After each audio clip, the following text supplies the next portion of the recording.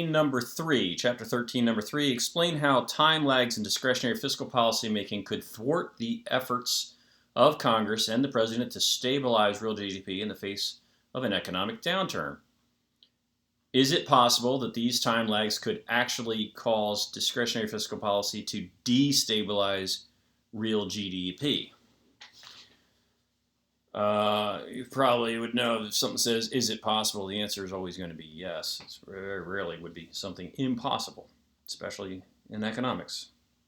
So let's make sure we're explaining it.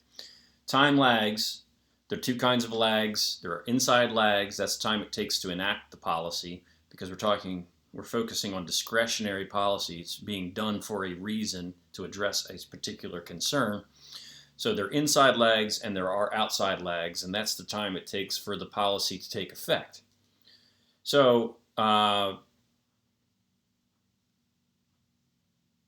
inside lags could thwart the effects of policy in the sense that sometimes the Congress and the President can't agree how to address something, even within the Congress they can't agree on how to address something. So this is a tough one at the moment. I'm kind of thinking because with the coronavirus issue that's happened, the inside lag was very small in terms of getting the extra federal funding for unemployment insurance benefits and the tax rebate that was being sent out to households to provide people with income of some sort to make purchases even when they might be furloughed or not able to go to work because of the shutdown. That happened very quickly. The inside lag was very small. Since that time, however, this event that we're going through, I would say, has become pretty politicized. You can hear some radio talk show hosts suggesting that this whole thing is a hoax designed to decrease the well-being of the economy for the purpose of winning the election in November. You hear other news outlets suggesting, and commentators on news outlets suggesting, that the coronavirus is very, very deadly and there's no cost too great to save lives. Some of these outlets and spokespeople on these outlets have really changed the goal of the close down. The initial goal, as I interpreted it, and I watched it pretty closely, was to flatten the curve so that hospitals wouldn't be overrun and thus the death rate would be exceedingly high. Now the goal on some news outlets seems to be to eradicate the disease before anyone goes back to work.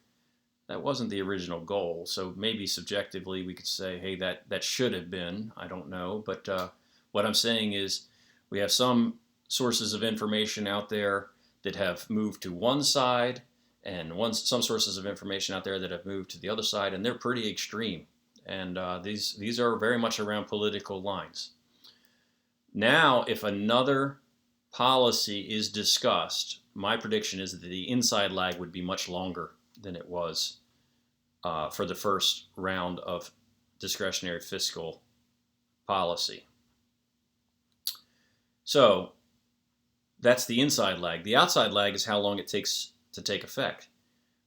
With the federal policies that have been done, the outside lag has actually been pretty long, because one of the policies that was done was to fund unemployment insurance. Well, Maryland isn't the only state, I don't believe, isn't the only state that's going through this where people aren't getting those unemployment insurance benefits that were promised. $600 pay period, I think it is, or $600 every 2 weeks. I spoke to a friend of mine I ran into on the trail when I was doing my exercise stuff, and he was out doing his exercise stuff, and we're all supposed to be social distancing, but he was spitting when he was talking, making me very nervous. Anyway, he hasn't received any of his money yet. That's outside lag. The policy was enacted quickly, but the policy actually taking effect is taking a long time. So that's outside lag. Now we're already working at going back to work. So how could it thwart, what's the term here? Could it destabilize real GDP? Well, it could be by the time everyone starts to get the policy, that money from that policy, they're already back at work. So we could have an excess spike in output, possibly. I don't think so. But you see, people could be back at work when they get their checks.